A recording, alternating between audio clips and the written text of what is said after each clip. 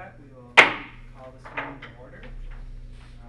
First order on the agenda is approval of minutes of the December 10th meeting. Big motion. Motion by Chris. I'll second. By Chelsea. Any further discussion? All right, all those in favor? Aye. Aye. Opposed? Motion carried. All right, conflicts of interest. Does anyone have a conflict of interest today? As with last time that we talked about the OACC, I do have a son who plays for MISA and I volunteer coach with them, so I do have sort of financial investment in that group. I don't know, yeah, it's good to know. Are you Can I ask recusing you- from the vote then, or? I mean, I'm I happy think you to can use still vote. for right? it. Can I ask a question? Yeah. So with that, and seeing our attendance, do we have enough quorum to have an action item on that? Okay, Four is good, what we that's, need, yeah. all right, cool. Yep. So unless there's another conflict on that. no? Okay. I think that the only conflict would be if you had a financial gain or betterment of the action taken. Yeah, I mean, there's a chance that if like we started charging MISA, they would increase the fees for my son, but it's not like I have actual financial investment As in a the group volunteer, you itself. can still get that same paycheck of zero. Yeah. Right. Yeah. Okay. Okay, so we'll do public comment at this time. Anyone from the public who wishes to comment? Do we have one gentleman there? No. You made a comment last time, so I think we're good. We'll move on.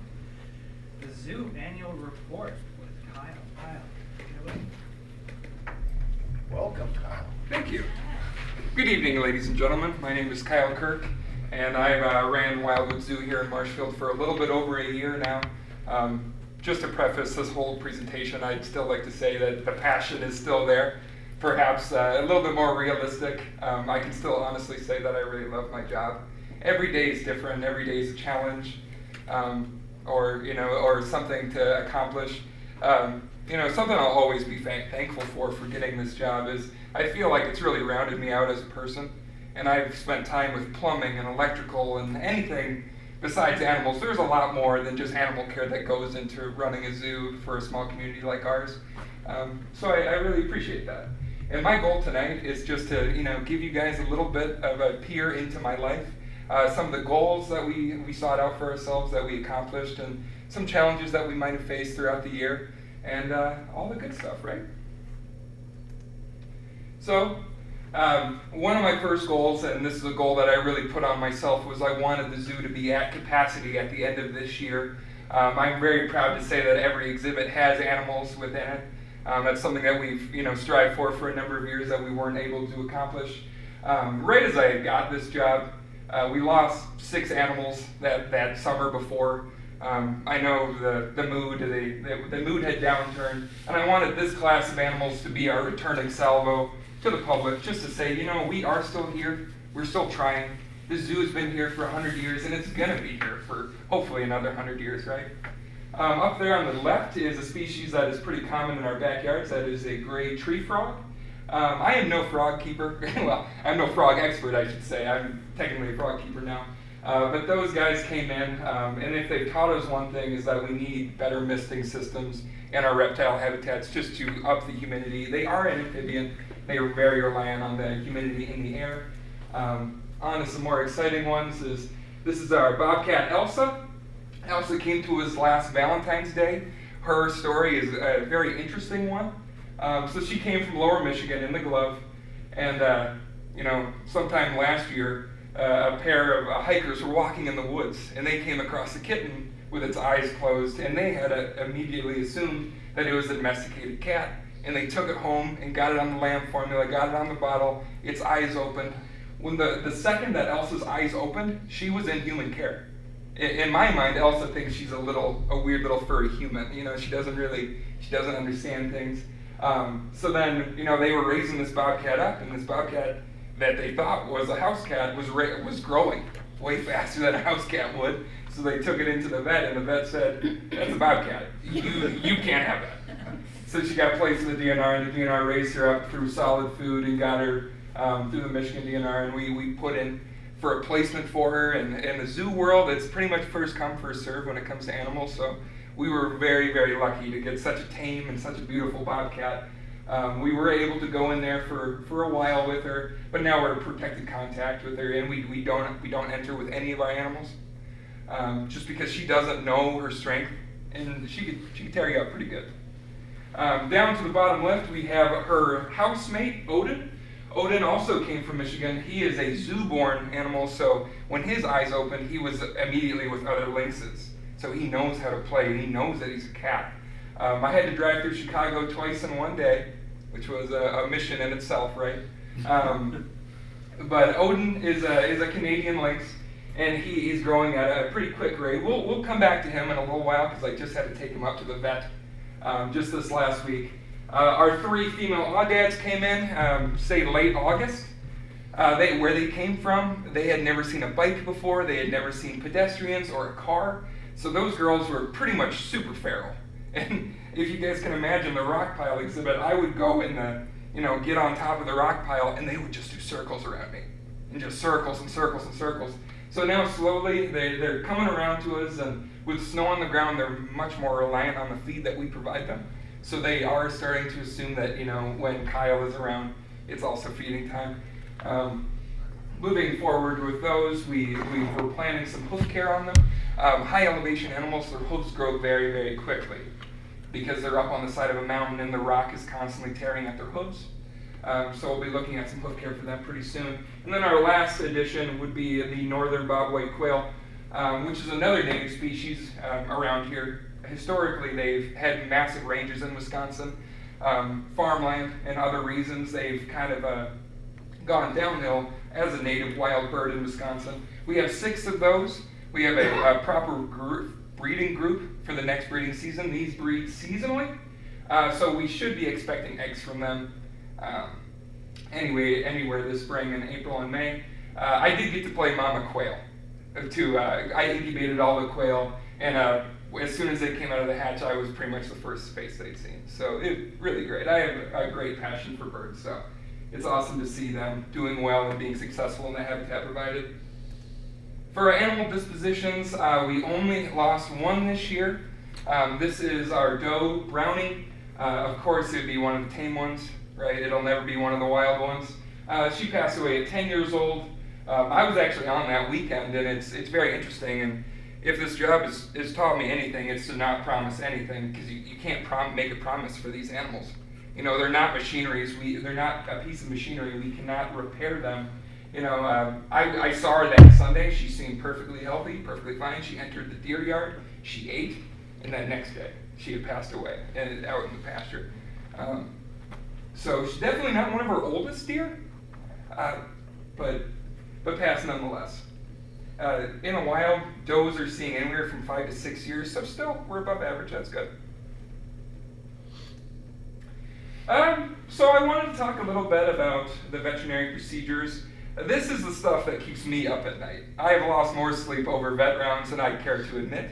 Once you get these animals into a routine, they do very well. They have their set routine, and they come in to feed. We observe them. The veterinary procedures, like anybody's dog or cat, this is where the rubber hits the road. I could have a normal total list of tasks to complete for the day, but if something happened to Odin, God bless him, the vet will just say to me, I can't make it down to the zoo today, you need to get him to Athens. How do we get a 26-pound lynx to Athens, right? So you have to think out of the box, and instead of just 1 box, it's 20 odd boxes, because all these animals operate differently. All the medication operates differently with the animals. The same thing that's used to knock down an elk wouldn't even slow down Malachi the wolf at all. It's all their metabolisms. It's how the animal was designed. And then no wolves are like the wolf that we have either. You have to really understand the animal's individual history and then the natural history of that species in the wild to really come up with a solution. One of my favorite parts of the job, but like I said, keeps me up at night. The farthest to the left, that is our resident old wolf, Malachi. He will be turning 15 this year. He is one tough old wolf to crack, that is for sure. It took me a couple vet rounds to actually get him in front of the vet. I would come in an hour early to work and actually try to creep in the wolf habitat and lay flat on the ground and crawl to him, because I know from the moment that he saw me, I have my chances would go down drastically. And if you guys have noticed, or have you driven around the zoo loop, there was a turkey blind in the wolf habitat for a good while.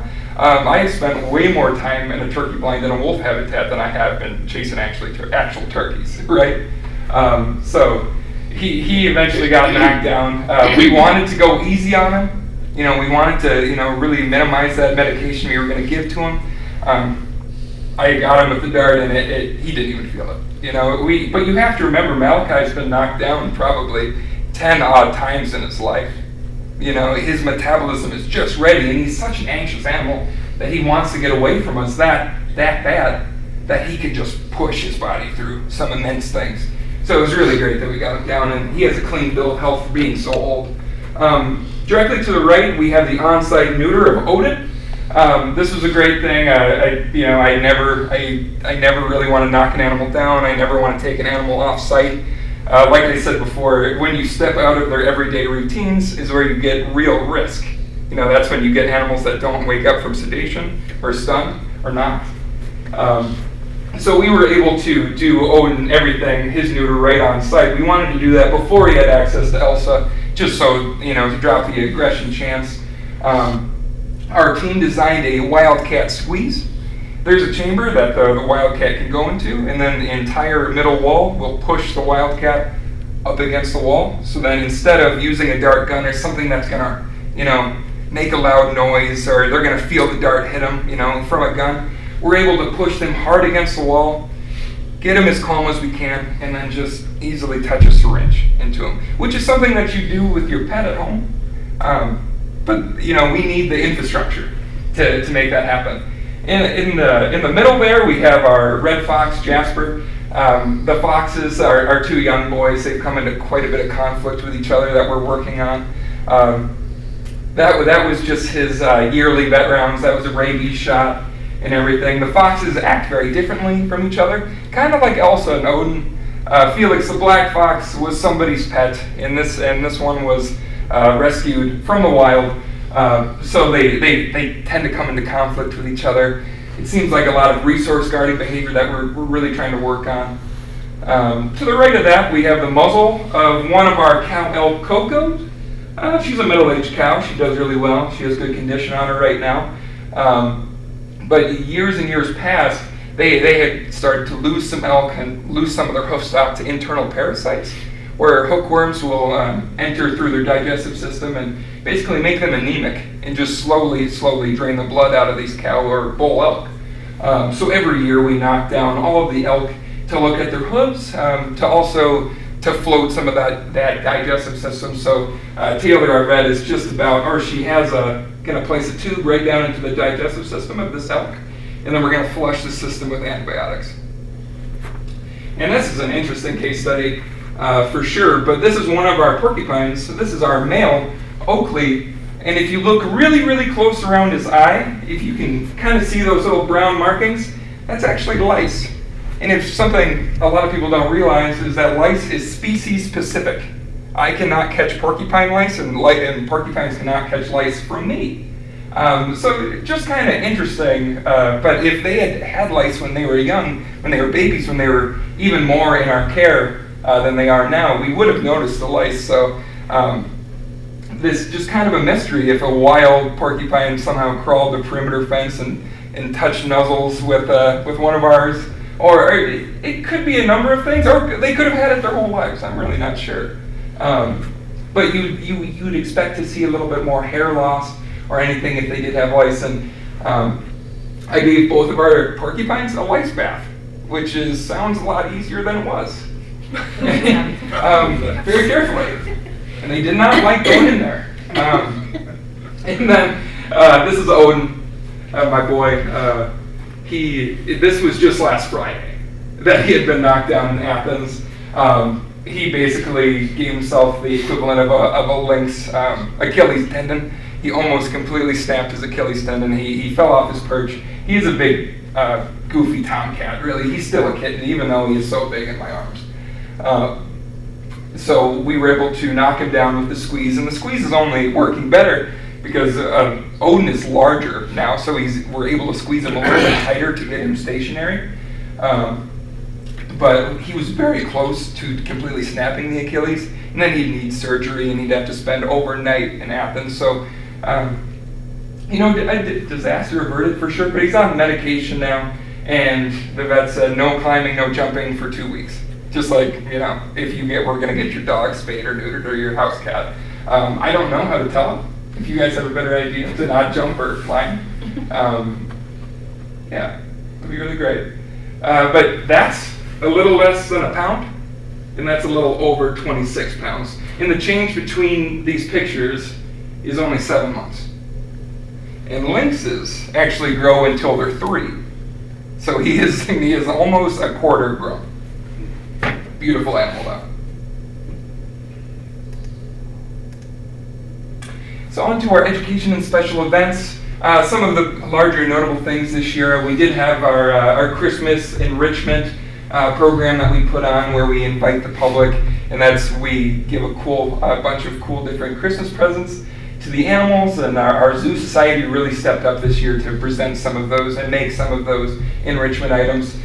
This year it was all about sweet treats, so a lot of popsicles, a lot of cookies, a lot of browse cookies. Something new this year was music at the zoo, and this is kind of something I thought up, and the main purpose I wanted to get in getting a new event into the zoo is I wanted to give people a reason to come to the zoo. I wanted to give them a reason to spend more time at the zoo. And this was pretty interesting.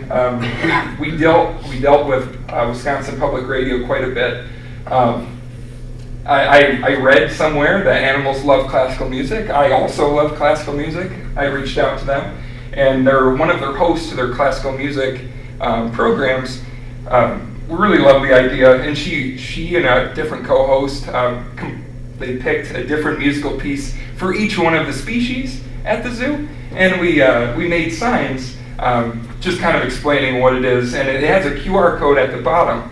And people, when they come to the zoo, they're able to scan the QR code, and it takes them to that musical piece that they could listen to in headphones and just kind of really try to observe the animal and get at what the host was going for when it comes to that musical piece. But then also another link sent us to our animal wish list and the donations through our Zoo Society. So we did have a kickoff party on June 13th for that. Stephanie Elkins came down and she explained a little bit about her musical pieces, but we also got the youth involved from high schools around, and we kind of did a solo ensemble kind of event and had music actually played right there at the zoo, which I thought was really cool, and the animals really seemed to take a big interest in it. Halloween at the zoo, as we ran for years, this year we did very well. We averaged more guests than we did last year, right around that 600 person mark. It was really great. It was 2 days of activity. Both days are pretty full of people, and yeah. The one new thing about Halloween this year is we did our spooky tours like we did every year. But a new idea that I had is I wrote a book or a story, a Halloween story about one of our animals. This time it was Felix, and just kind of a fun story that the kids could read. I handed it out during the spooky tours. And I'd like to write a story about each one of our species for each one of the holidays, and perhaps print a booklet that we could give out to our donators, or just something, just a little bit more that we can give to the youth and the families of the youth. We've still been running our zoo tours, like always. I believe that all that information was presented at our last meeting. Be the Bunny went very well. That's where we have the people build enrichment or have eggs and spread in the habitats for the animals. The bears always get a really big kick out of it, and we really get a good turnout there. And then Wild Wednesdays, we did very well this year. I had a lot of returning faces, but some new faces too. I know Sean the Mammoth Hunter is always one of my favorite, but it's just to kind of take people out of the box a little bit and kind of be able to teach them something new that we can't teach them when we're at the zoo. I added this picture just to add in a little factoid. But we partnered with the library this year to do our story time for the children. So the librarian would read a story, and then I would try to present some animal stuff. My first session, I did the reptiles, and my second, I did the skins, and I had a rabbit with me as well. And I thought it'd be kind of funny to add is, I feel like I have the best luck when I'm trying to educate like middle schoolers or high schoolers, but it was it was a little bit of a challenge. It was a curve to taking it all the way down to, younger than elementary school students, because I say, the bears are 1,400 pounds, but, those age of children don't know what a pound is at all. So, kind of fun. So we have our visitor counts. Not a whole lot to add here, but I would just like to say that our numbers for the large animal drive and pedestrian traffic, a slight increase there from our last year. And that's to be expected, right? With some of our new acquisitions, people are coming back to the zoo that haven't traveled to the zoo in a while. But those are showing very well. Of course, that also includes the Rotary Winter Wonderland, and it seems like they had a really great year as well. For the Facebook page, I would just like to point out the addition or the growth of our Facebook page since 2022, which is really immense. And that number at the bottom there is not a typo. That is 2.9 million people traveling, through our Facebook page. And I only hope that that'll exponentially grow larger as the years pass on, with new things and new additions to the zoo. Yeah.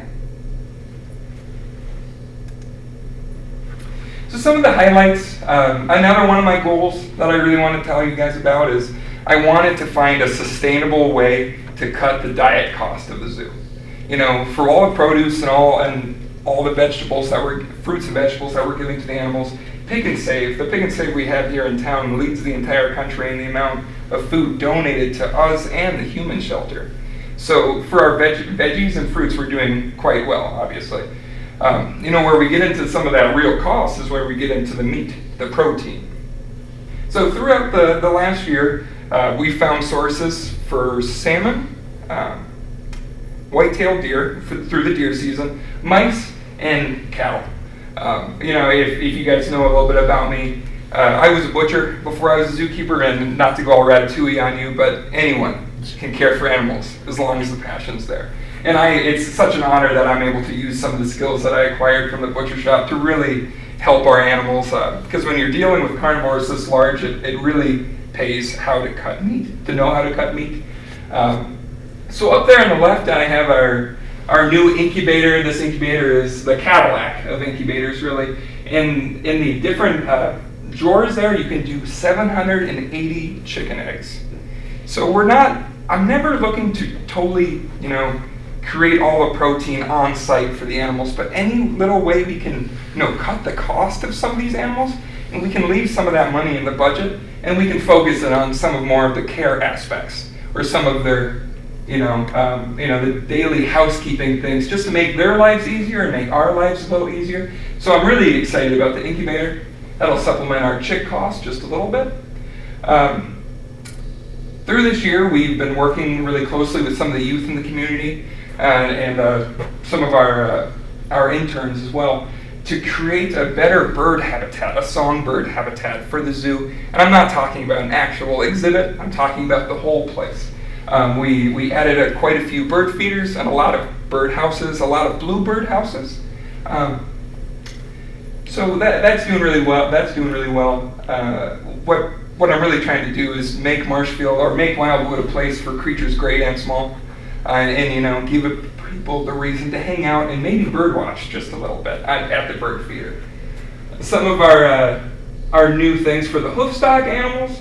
This is a bison fly and rub scrape. Pretty cool thing about this, I've got some experience with this with the livestock industry, but we noticed fly strike really bad this year on the bison for the first time.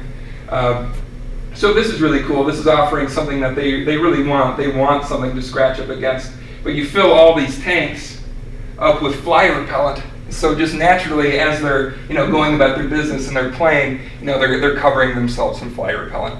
And there is a feeding station on the inside of the fly repellent mass that is really great for mineral. So we're supplementing some of the hoofstocks and the bison's minerals a little bit more. We had the bison water hydrant fixed this last summer. This was something, it was really difficult to get water to the bison this last winter because the water would freeze right down into that well and then into the pipes. So that was quite a bit of renovation. But the water pressure is really great now, and something that we really needed. Maybe not the most glamorous thing, but something we really needed. In addition to that, some of our renovations, we laid new floors in the Wildcat building and the Bear building. The Wildcat building was just horribly sloped. When we did wash down in there and use water, the water would be very hesitant to go down the drain. So we were able to really re-sculpt that and make it a little bit easier on us for cleaning. In the bear dens there on the right, the concrete was just picking up a little bit where they were being fed. The bears had been in that exhibit, for 10 years. They celebrated 10 years old just last year. And some of the concrete was picking up, and we were a little concerned about the concrete maybe passing through the bear. So both the floors are doing really well. They're holding. They haven't really started to scuff up yet. Some more habitat additions to the animals. For the fox exhibit, the boys have come into conflict with each other. We wanted to provide just a little bit more space. This kind of came through vertical space. We've given them more areas to rip around into. And just some housekeeping things there. And then for the addition into the raptors, we're looking at redoing most of the hard shelter that the raptors are provided. If you guys have been to the zoo, you know that the raptor exhibits are completely uncovered, so they're at the elements when they want to be.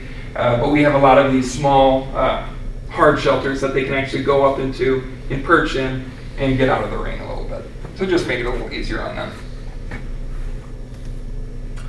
So if we're looking ahead, the wolf exhibit improvements, that was on last year's report. Of course, we're waiting for Malachi to pass, unfortunately, before we do some of our additions to the wolf habitat. I get the most flack probably about the wolf habitat, and the whole reason I needed a turkey blind to try to catch Malachi was that we have no way of bringing the wolves into the den or being able to separate them from other wolves. So, in addition to Malachi, it's really out of the question. And we'll be looking to drop some of the dead trees in there as well. For my next thing, I would like to take the bird habitat stage just one little step further and become a certified Audubon habitat. That's when we're placed on a map and, we do become a destination for birders. That people are going to want to spend just a little more time. And the certification process, it's not that difficult, so I think we're already on the right path. A new quarantine space, we're really due for it. Right now we only have the 2 quarantine spaces, and pretty reliably I'll have a bird, Amelia the peregrine falcon, in one of the quarantine chambers because she's seasonal and you can't really keep herself that warm in the winter. And we have Jasper, who's in the other quarantine room right now. So we kind of have a seasonal and acquisition. We really need an acquisition, or an emergency. Sorry, that's what I meant to say. So that would be really great. On the bottom left there, we have increased interactive signage. We see all the signs when we go to every zoo, right? Every zoo really needs something that the kids can spread out their arms and say how wide they are compared to a bird of prey. That'll just give the kids just a little bit more activity to relate with our zoo and to our habitats. Hoof stock renovations. This is something that's a necessity with our audads. The audads, they will need their hoof care, so before we even think about bringing in a male of that species or having a breeding group of audads, we really need to be able to separate them, get our hands on them, and perform veterinary care when we need to. So in the coming years, slowly but surely, we'll be renovating the pasture hoofstock operations. And then this next fall, we're actually hosting the WMZA Association, which you guys probably don't know what that is, but that's all the city zoos in Wisconsin: Baraboo, Green Bay, Racine, Milwaukee. That's where all the zoo directors come together, or the zoo staff come together, and we talk about ideas for new exhibits, or we talk about what's worked for some of us. I know I've talked to them quite a bit about our foxes and the predicament that they're in. So I'm really looking forward to hosting and really showing off, what Marshfield has to offer. When is that going to happen, Kyle? October. Yeah, next year. Well, this year. Our senior animals, like I said before, we do have an aging collection of animals. As we lose some of these animals, it's going to be really, it's going to be a hard challenge to try to get some of these species back. So just to be, acquiring animals as these ones go. Some of the notable ones, Star, you probably didn't see her on the notable vet rounds. She would always be a notable vet round because she is so old.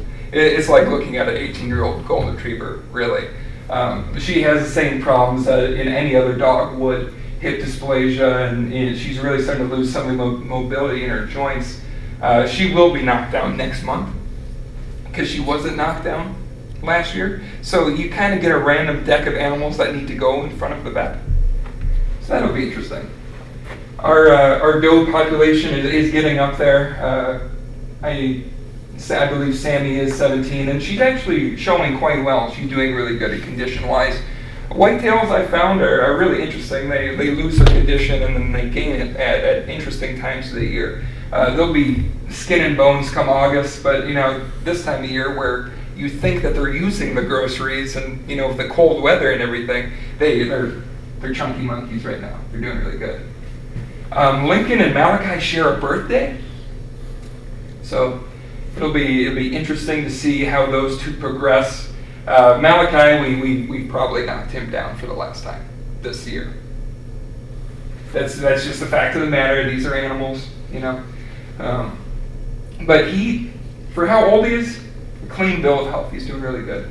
And Lincoln actually went down on the ice last year. The ice is not kind to the old bull, for sure, but he's doing very well this year. Mavis, I didn't really know bison could get that old, to be honest, and she's doing really well. That's not her in the picture, but she has one broken horn and one upturned horn. If you guys are ever at the zoo and you want to look for Mavis, our old matriarch. And then some of our raptors are really starting to show some age.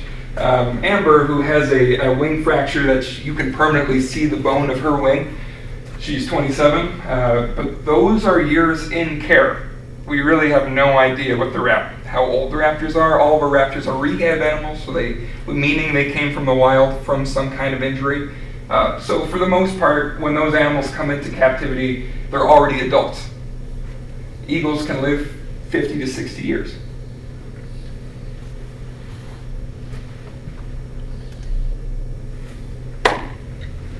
Questions? Any questions? Just a comment or two. Thanks for commenting, and this is like my favorite report every year. It's not just because of you. Sarah did a nice job prior, but I can see your passion, for the animals, and I like to hear about the intricacies about, sedation and each different animal. It's really interesting to me, so I really appreciate you coming.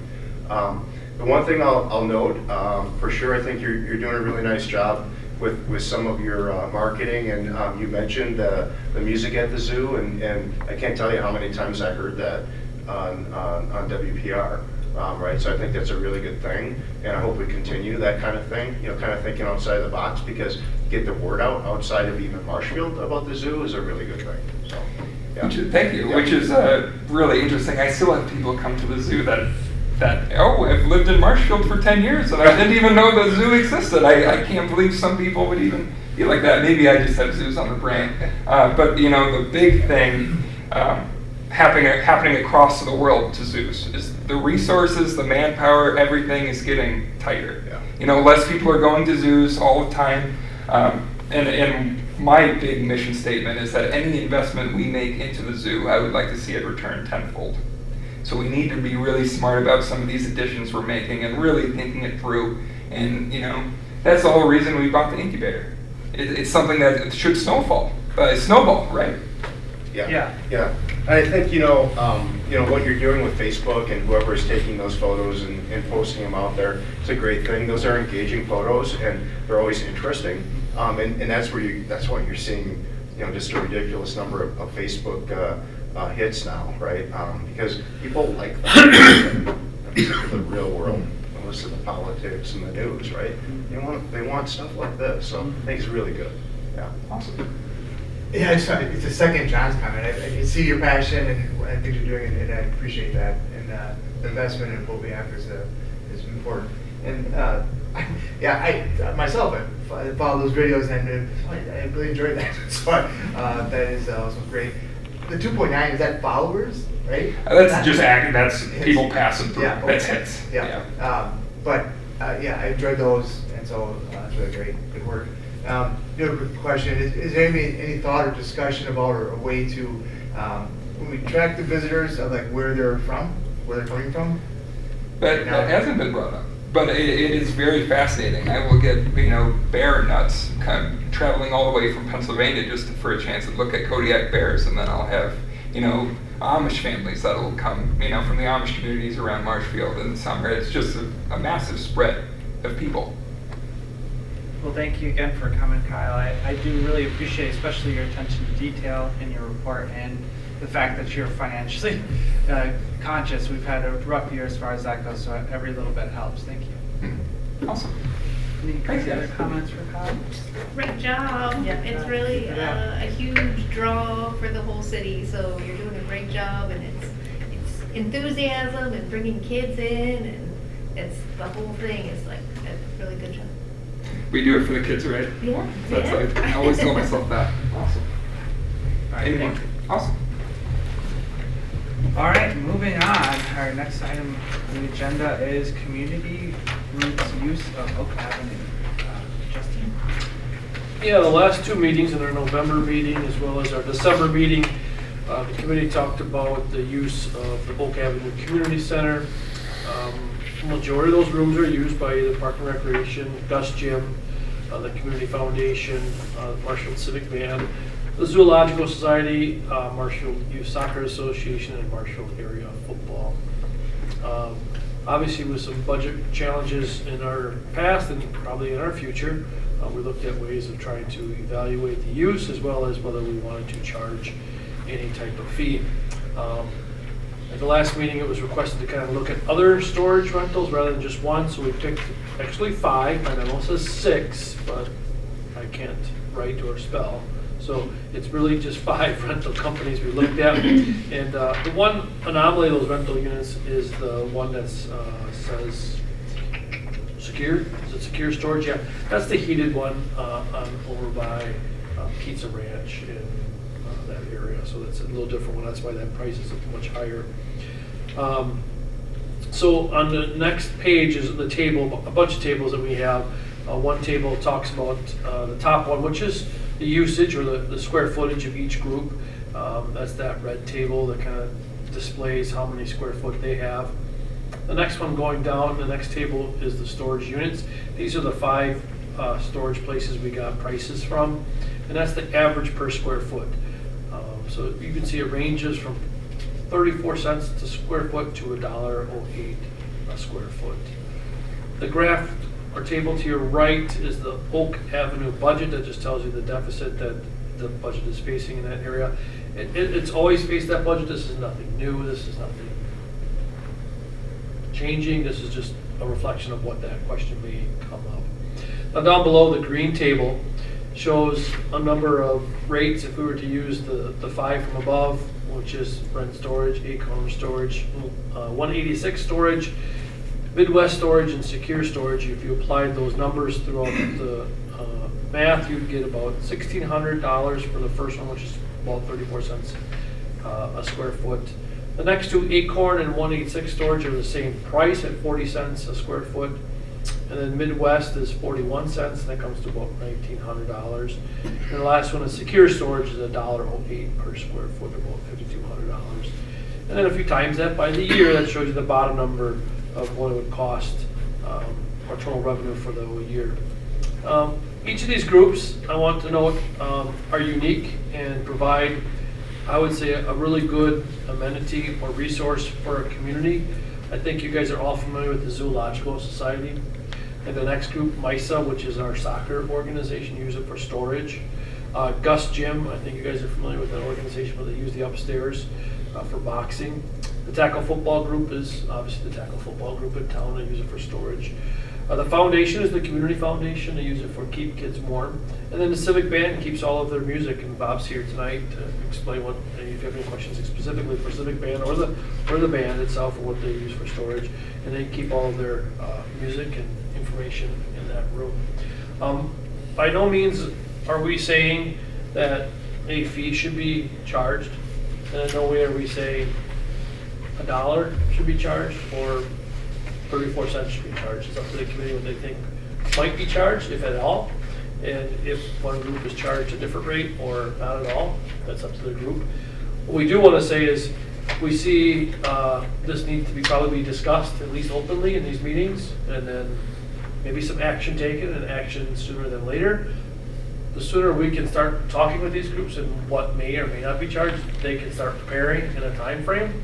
My recommendation is to do it for the 2027 calendar year, to give them ample time to adjust. Today is January, 13th, 14th?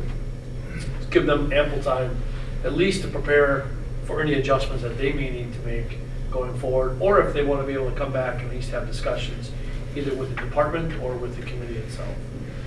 So really, if everything is up in the air, the department is not looking for action, but they want to look and bring it to your attention to see if there is any action you want to take. So the next couple pages are the layout of Oak Avenue and the rooms associated with them. All right, with that, I'll open it up to discussion. Before I do, I guess I'll just echo, I think the time, to act is now, and maybe think about some of these things. I think we can maybe discuss rates and some of that as far as what we're thinking and get an idea of, but I'd like to see us hopefully move forward with some action tonight if we could. So I'll open it up for discussion. Yeah, I would agree, and I think the same thing, our plan ahead, we want to drop around. I mean, a year is a fair time, so if we're looking at 27 and where things at, it's going to be difficult to catch up. So I think in doing something now makes sense. My thought was before, in looking at this, is like, well, you look at, if you just did straight square footage times that rate, some are getting pretty expensive. Does it make sense to put a cap on that at all? I don't know. Just a thought. Could they absorb all that? I mean, Or just a flat fee, just like, yeah. just a fee for storage. I think that's going to be hard to do, only because I mean that's just the market rate and what's going on with per square footage is really the only way like to really apply it is square footage. A couple things like from my standpoint, if it's okay. First of all, I think we need to exempt the Zoological Society from any of this because it's a direct, I mean, the only reason the Zoological Society exists is to give money to the zoo, which is a Parks and Recreation, budget item. So it's silly to charge the Zoological Society for something if they're going to give less money back to Parks and Rec to run the zoo. So I think that's the first thing we need to consider. And then, I think it's a hard thing even for an organization. I know the civic band is a smaller amount, and some of these are larger amounts. Even to say, like, if we're going to wait till next year to start it, that's fine. But I think we should even, kind of feather it in a little bit more. If we were going to go with a market rate, let's say 34 cents, start it in 2027 at 50%. And then in 2028, it goes to 100%. It gives the organizations a chance to perhaps come up with different revenue streams to pay for it, or find an alternate place to store the equipment. And it's a 2-year period of time, where in the first year it's maybe 50%. The second year it goes to the full market value of 34 cents or whatever we come up with per square foot. I think that's reasonable because. Unfortunately, it's the bulk that we're in now with the budget, and we do this committee is tasked with finding different revenue streams to keep things running. I think this is a fair thinking outside the box of a revenue stream, but let's make it acceptable and a little more tolerable to the organizations that are mostly nonprofit. I mean, that's just That's my thought. Yeah, I agree. I don't think any of these are bad causes by any means. I think they're all great. I know they're mostly nonprofit or not-for-profit. As far as what you said, splitting up, I don't know if I fully agree with that. I do agree with the Zoological Society and exempting them just based on the fact that they do just give money right back to us, so we're just paying ourselves, you know. So it'd be best to maybe exempt them from that. Spreading it out, I guess I'd hear from the others, but yeah, again, I'd rather just get it done with, kind of bite the bullet and go forward with this. As far as rates, it looks like the average is around 40 cents. You know, if you look at the 5 we have, I think somewhere in between the low end and 40 cents makes sense to me as far as a rate, but I guess I'll let other people speak. I did have a question about it. So do these organizations that have these spaces, did they have like keys to have access to the building whenever? Mhm. Okay. I would be interested, I guess, to hear from these groups, like how many of them would be able to pay to stay there, because then it's like we're talking about this as kind of an assured revenue, but if we tell them they have to pay and they all leave, then we're not getting any revenue out of it. Like, what are the chances that other groups would be like, oh, we'll use that space and pay you for it? Because I mean, like, there's a chance that we could just say, okay, we're gonna try and make money out of this, and then ultimately not actually get any revenue out of it if none of them are able to do it. Now, I think some of them probably would, like, be able to, you know, especially the smaller amounts might be able to. And it's not about making money, right? It's about just covering the cost. Offsetting, correct. So, I mean, I'm kind of struck by it that it has such a difference and it's been allowed to operate at such a deficit for, forever. Like it's losing 25,000 a year for indefinitely. Like that seems like I don't think, like, Parks and Rec is not a revenue, right? It's not a revenue department, right? I mean, I'll speak at it, just. Right. We have essentially 2 budgets. We have a revenue budget, and we have an expense budget. We don't tie them necessarily together. Gotcha. All of our administration for our department has no revenue source, so that's hundreds of thousands of dollars. If you look at police and fire, streets, there's no revenue source for majority of city services themselves. Don't collect a lot of revenues. The way we collect the money is through the tax. That's the revenue source. This is just giving you guys some kind of measuring stick, if you will. But there is no reason we need to make money. There's no reason we need to cover our costs, because we may not cover the costs in this building. We still have revenue and expenses related to this building, as well as recreation and Vanda Hay and so on and so forth. But we look at it from a city's perspective overall. Is it a service? Is it essential? Is there a way to cover more money or generate more money? And is it fair and equitable? That's primarily what I'm coming at. Yeah, that's one thing that's kind of a benefit of the Parks, Rec, and Forestry Committee is that we do have options as far as revenue streams. A lot of departments, you know, I don't think streets has that unless they put out tolls or something like that. But, you know, we can offset that. It looks like around that 40 cents mark is probably the closest to fully offsetting that 25,000. You know, that would be nice, I think.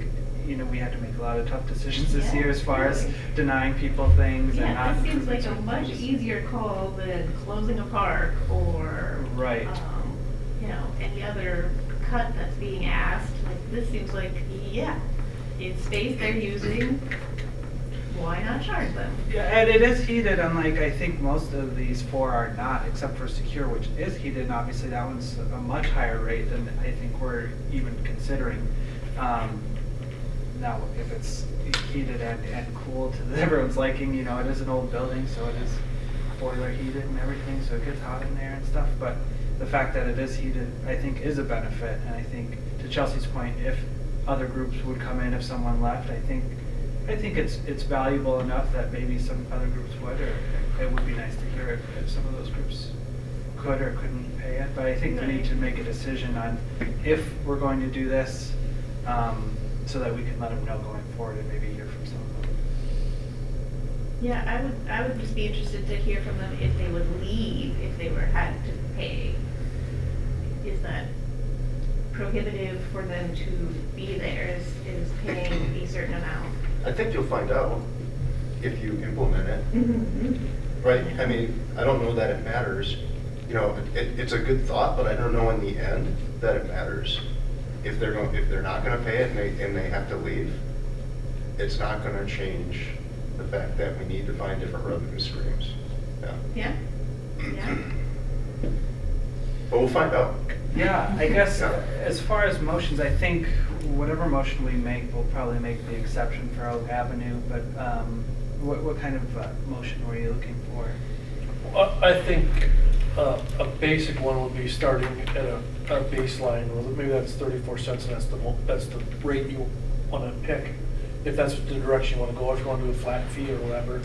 And then we go back to the groups and entertain this conversation, and at least start that conversation, because right now those conversations weren't had. We still have to draft some sort of agreement that is a paper trail, so that people taking over, they would be able to reflect back on it, as well as the department itself, of like, why was this started, and how did it come about? Okay, so do you need a specific dollar amount per square foot you're looking for? Yeah, I think that would be the starting basis, and then starting of drafting some sort of agreement, and then connecting with these user groups. And these user groups, Bob's here tonight, may want to come back to the committee and talk about their concerns or their issues. I'm gonna just say that I won't support any of this unless we feather it in over a 2-year period, because I just think it's too big a hit for these kinds of organizations. It accomplishes our goal in the end of finding different revenue streams. But I just think it's too big a hit to say, starting 2026, this is gonna cost you, when for 20 years, most of these people haven't paid a penny. So that's my take. I just think it's too big a hit. So you want to make a motion to that effect? I would, yeah. Okay. Yeah. So a motion is to approve. My going forward. motion would be to move ahead with a fee schedule of, and I like the 34 cents, and I'm just gonna explain that real quick. This isn't the nicest building in the world, you guys. The heat in there, it might be heated, but it's 110 degrees in one room. And it's, you know, so it's not the most temperature controlled building that there is. You know, these are commercial storage. So I like going with the lower rate of 34 cents, starting the year of 2027 at 50%, and then 2028 going to the 100%, getting us up to 34 cents per square foot. That would be my motion. Anything on the zoological? Yeah, and zoological. And exempting the Zoological Society from the fee schedule. Would there be an escalator or an increase, or would that be No. flat? Like, you know, CPI, cost of living, that type of, I don't know. I'm not. just want to make sure, because Yeah. I the think- rents are tied to a I mean, CPI. if that were something that we'd want to consider in the future possibly, then I don't think that needs to be part of the motion. Okay. So that's the motion as John stated. Do we have a second? I'll second that. Chris, a second for discussion. Do we have discussion on that motion? These things aren't easy, right? Like, I don't want to have to charge people something that they've never had to pay before, but it's the only way that we're going to keep up with the budget concerns. So at this point, I consider it to be, it is what it is, and let's try to make it palatable to these organizations the best that we can. I like the idea of a cost of living increase. I might be alone in that. I don't know what everyone else is thinking, but I do like, it's a small percentage every year just to keep it somewhat trending upwards, that we don't have to come back every year and then they see a big sticker shock and, you know, 10 years when we have to do this again, double the rates, you know. 'cause Yeah, I think, here's my concern with that. We look at fees every year, Mhm. and we raise fees based, is that what you just said, Ben? Yeah. We have never done that with any other fee, at least since I've been on the committee. So I don't mind the way it is, and just knowing that we do review that fee schedule every single year. Do we have further discussion on the motion? What are you guys thinking? So I would assume if the motion passes that we would be then reaching out to these groups in the like short future to get their feelings and input, feedback There on would be a it. number of steps to be taken. Number one, reaching out to the groups, notifying that this will be taking place. Number two is we'd have to establish some sort of agreement, you know, a leasing rental type of agreement, that has to get approved through administration and then probably brought back to this committee, for approval. Just give a date in mind though, to notify, I know we're just getting the process of this, but that we can say that we can As soon as I notify by- can. Yeah. I mean, probably won't be this week anymore, but Right. probably the next couple of weeks. Would it be appropriate if I asked if we could allow, if there is one person from a user group here, just his thoughts, would that be appropriate? Yeah. Yes, absolutely. Yeah. If you want to speak on how this affects you and your organization. Just kind of wondering, you know, what your thoughts are about how this would be implemented over a phased approach, and does that make it more tolerable? It makes it a lot more palatable. Yeah. We are not tax exempt and we're not part of the city. So we're kind of a neither fish nor fowl type of group. It will require more fundraising to pay. And I want to remind you that we're talking about an 86-year-old building. So it is. Absolutely. Yeah. But nevertheless,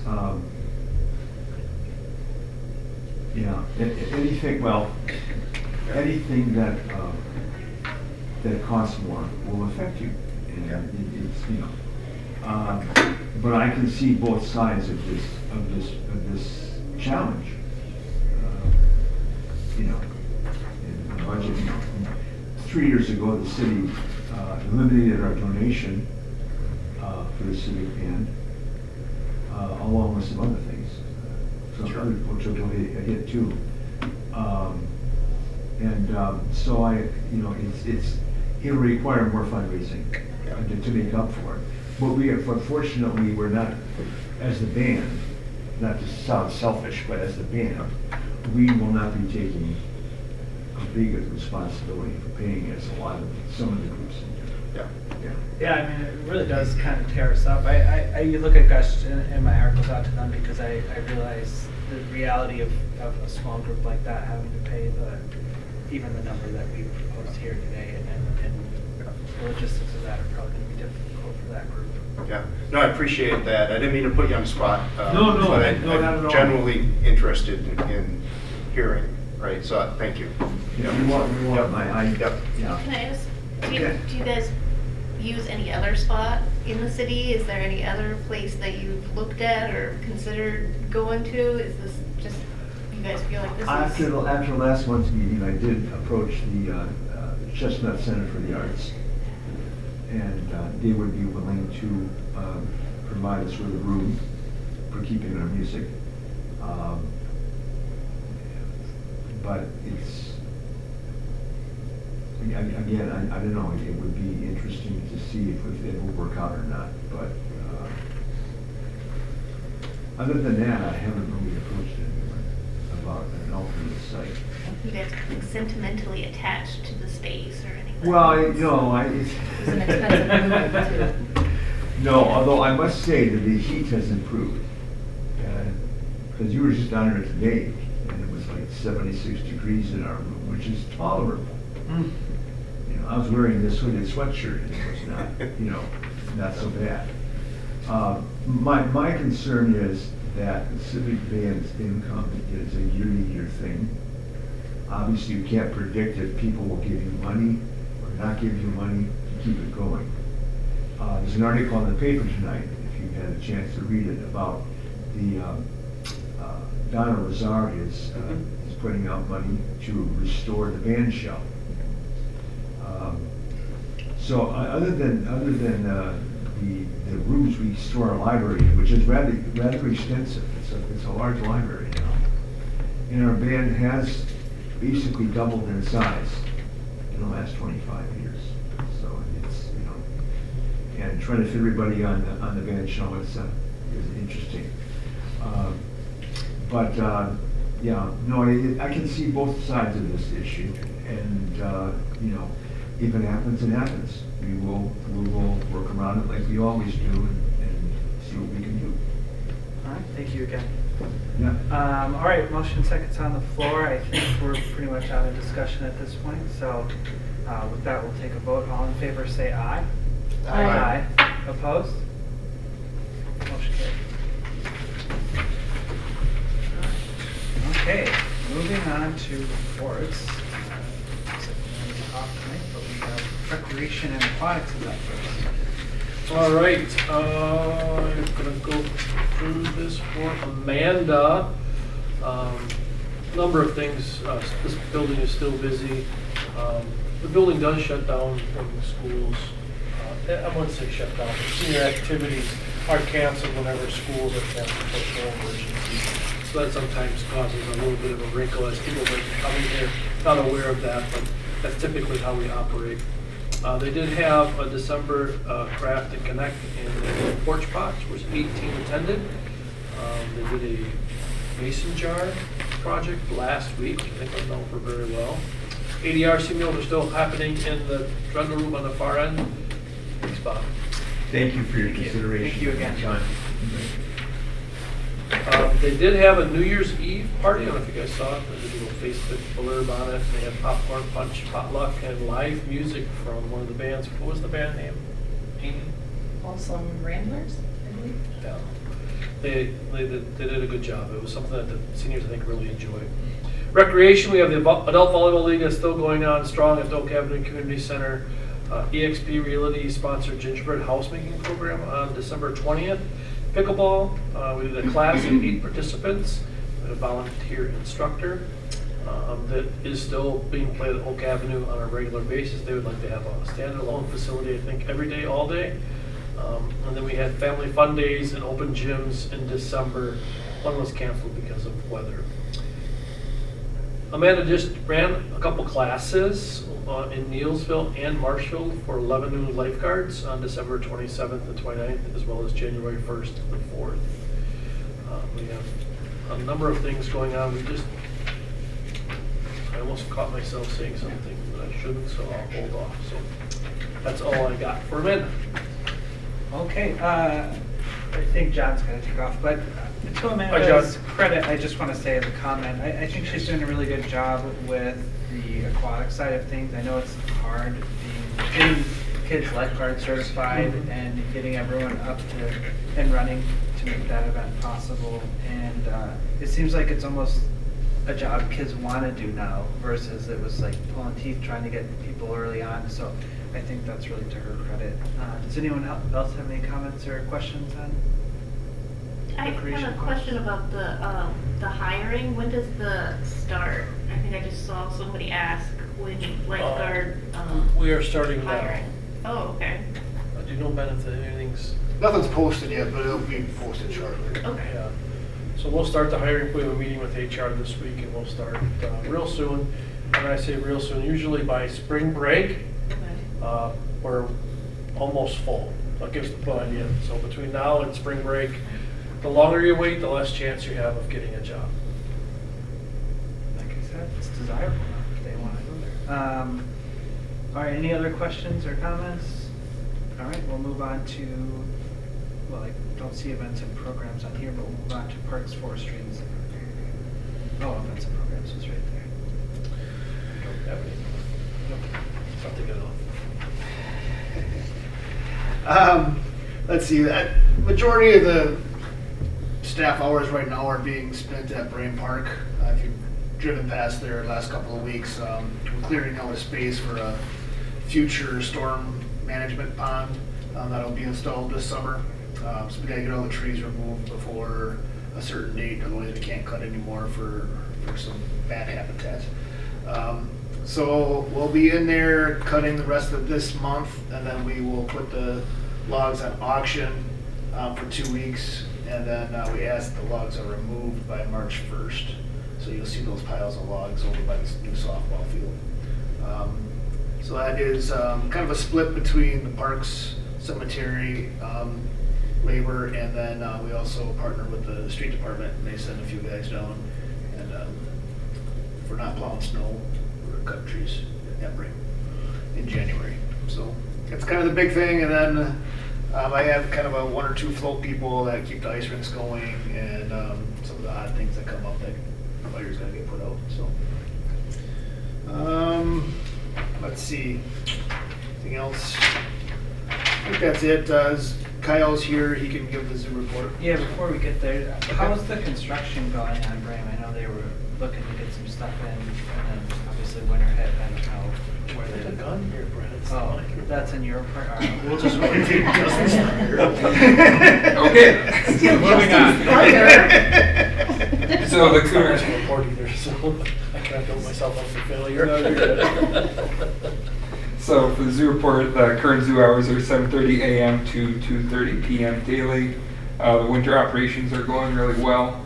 For the big part, things to really slow down. All of our tours cease in the winter time, and our big goal is just to remove snow from our walkways and keep a really close eye on the animals. Most of them take to the cold weather really easily. They're all mostly native. I was telling Brett earlier before the meeting, I would prefer if it got really cold or really warm and it just stayed that way for the rest of winter. It's all these intermediate temperatures, the up and down, back and forth. That is where disease lies. That's the animals don't know what to expect. And it's wet and it's windy and cold. But that being said, all the animals are doing really well right now. The fox vet rounds was just our last month. He got a clean bill of health. He got his rabies and his distemper shot. Came out of sedation really well. The Rotary Winter Wonderland has finished already, which it seems like it goes faster every year. They had a really great year for the weather. It seemed like a lot of people really got down there. They're above what they had last year for donations, so that's always good to see. And then right now we're interviewing applicants for our new zookeeper assistant position and our attendant position. Be looking to fill that within the next month.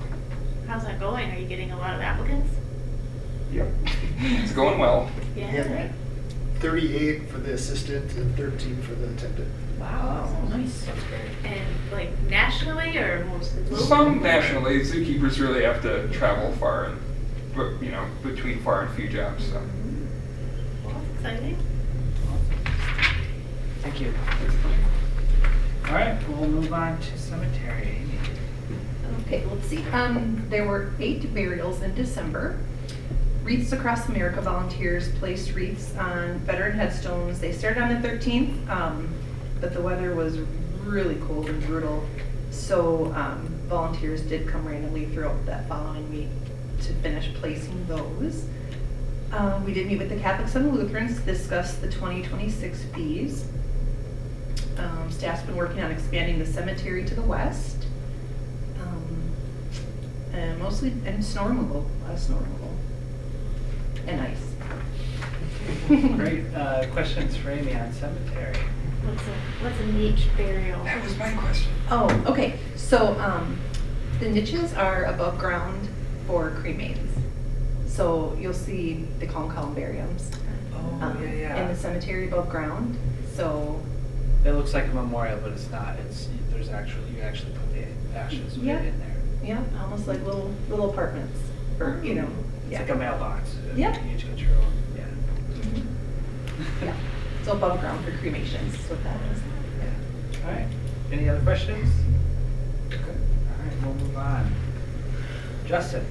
My softball report's done. It's exciting. I'm really My excited goading, for it. but yes, I know.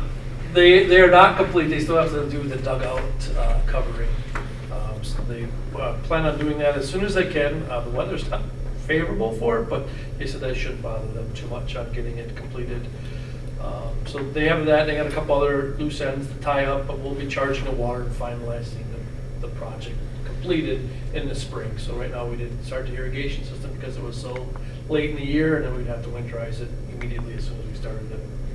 The basement leak, we're going to be televising drain tile in the basement to hopefully identify if the basement leak's related to that. Hopefully we can do that in the next couple of weeks.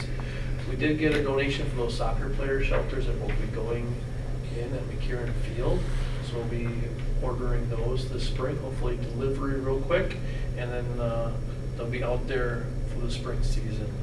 And then myself and Ben and, are you going to the conference? Myself, Ben, and Amanda are going to the Wisconsin Parks and Recreation Conference. And I'm excited to say that Amy and I are receiving our 25-year anniversary, or celebration, or whatever you want to call it, of service to the state association.